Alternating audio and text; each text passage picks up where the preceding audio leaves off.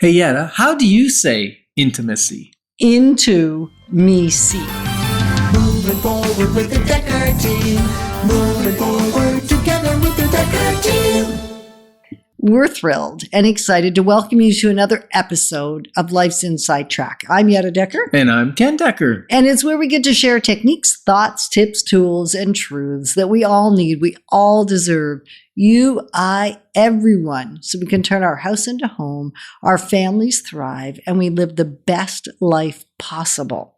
I'm going to consider in this segment what intimacy is and what it can look like with God. Yeah. So, Yetta, do you know why I love months that have 5 Fridays in them? Because we get to talk about faith. Yes. And we get to connect, remind ourselves, and remind you of the simple little things and ways we can be to grow in relationship with God. Yeah, and we could talk about it any day, and we do talk about it pretty much every day. And yet, the 5th Friday in a month is when we've chosen that we're going to really dedicate the Life's Inside Track show to God and to your and our and mine and yours relationship with God. With Him. And in this particular month, we're focusing on choice. Mm-hmm. And it's a big choice. Maybe you've already made the big choice and you're on a faith journey and you're walking closely with God and you're walking with God, whether closely or not. Maybe you've made the big D choice. Mm-hmm. And that's phenomenal. And most often, I find it's the little itsy bitsy choices that I know to do and I sometimes forget to do.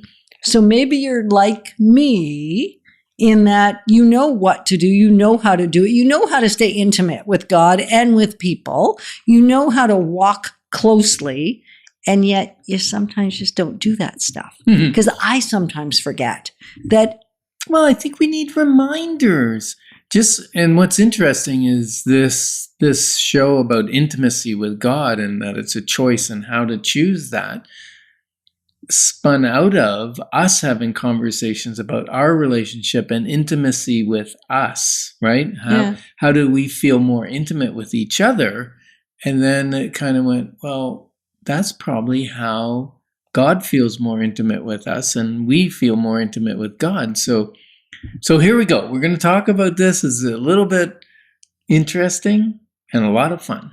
Yeah. So how do you can often think about how do you connect with another person? How do you deepen the relationship? And one of them is so simple. It's about sharing.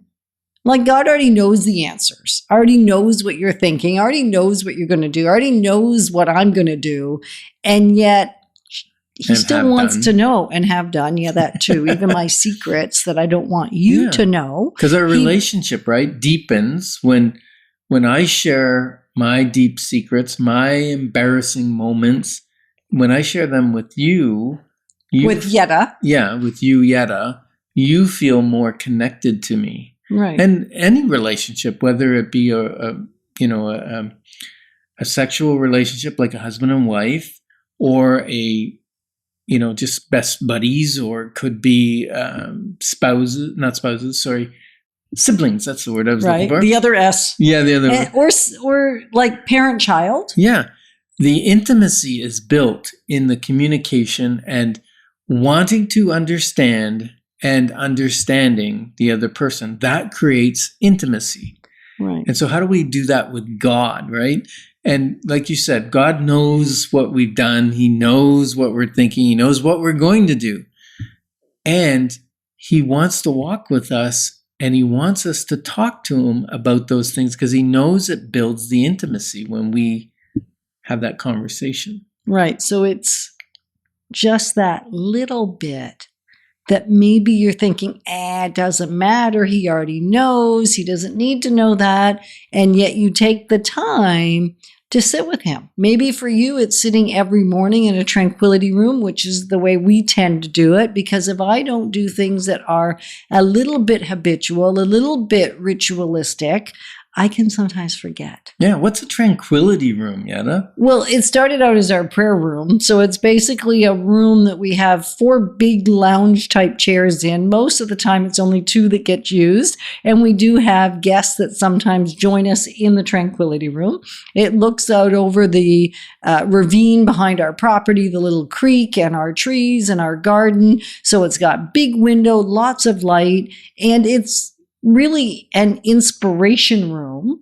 And it usually, even though we call it the tranquility room now, it's often the room where there is less tranquility. Sometimes discord. Because we're sharing our deepest, most intimate thoughts with God and with each other. And it can be a wrestle. Mm-hmm.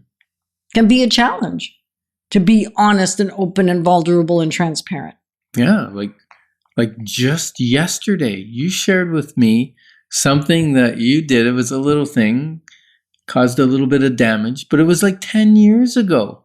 And you kept it a secret till yesterday. That builds intimacy. That I kept the secret? No, that you shared it with me.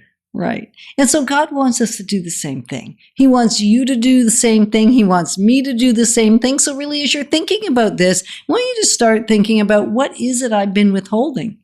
What does he want to know? What does he want to hear? And it doesn't have to be a big, dark secret. The thing Ken's referring to was not huge in the scheme of things at all. It was very little. And no, we're not going to tell you, because it was for us only. And that's really the point, isn't it? What are those things that are only for you and God that you want to share right today, right now? So intimacy is like creates love, right? Or love, when you love somebody, you have intimacy. Hard to love something that you don't intimately know. True. Or someone you don't intimately know. Right. Something or somebody, someone. God, it's difficult to love God fully without knowing God, right? His character and what he's thinking and all that kind of stuff. And people go, well, how do you know what God's thinking? Well, read his word, right? And so here's what I'm asking. There's more than one type of love. This is what you're asking? I'm asking you. There's more than one type of love. Can you name the 3? There's probably 4, but let's say 3 types of love. You're trying to put me on the spot right now. You got it. And in this moment, I am almost blank. Because I put you on the spot? Okay, I'll help you. Yeah, Yeah. Filio. Yeah, which is brotherly love. So it's that like that. An intimacy between a companion, a friend, a sibling, a parent, right? And then you have... I was going to say agape. Agape, yes. Which is one of my favorites, which is really that unconditional love. Right. It's that. And that's what I showed you when you told me the 10-year secret. Yes, you did. That you damaged something. Okay. Agape love. And then there's... my favorite. Eros. Yeah, I was going to say it, but I thought I'd let you say it since it's your favorite. It's Eros. It's the Greek for erotic love. Yeah. Right? That's the husband and wife love. So there's 3 types of love. All 3 are built through intimacy. Yeah? Yeah, absolutely. Okay, we can go home. We've done it. No, and it's really asking yourself, how can you develop further intimacy with God? We're asking ourselves this even as we prepare to connect with you and to share our deepest thoughts. And I had no idea Ken was going to share the conversation we had last night. And yet that does speak to a level of intimacy that we're even willing to share with you, that there was something like that. So think about, what is it you need to come clean about? Ooh, what? That's heavy. Are you putting that on our listener there, that you want to know? I don't want to know. Oh, you don't want to know. No. You want them to share with God. Yeah. Their deepest, darkest secrets, their things they're embarrassed about. He already knows. I know he already knows, but it's different when you have to say it, whether out loud or in your head when you're talking to God, right? Or if you're journaling in a book. Yeah. So what things do you believe are blocking your intimacy with God that you'd like to talk to him about? And we're so glad that we get to position you to build wealth wisely, because it's about much more than just money. Moving forward with the Dekker Team. Moving forward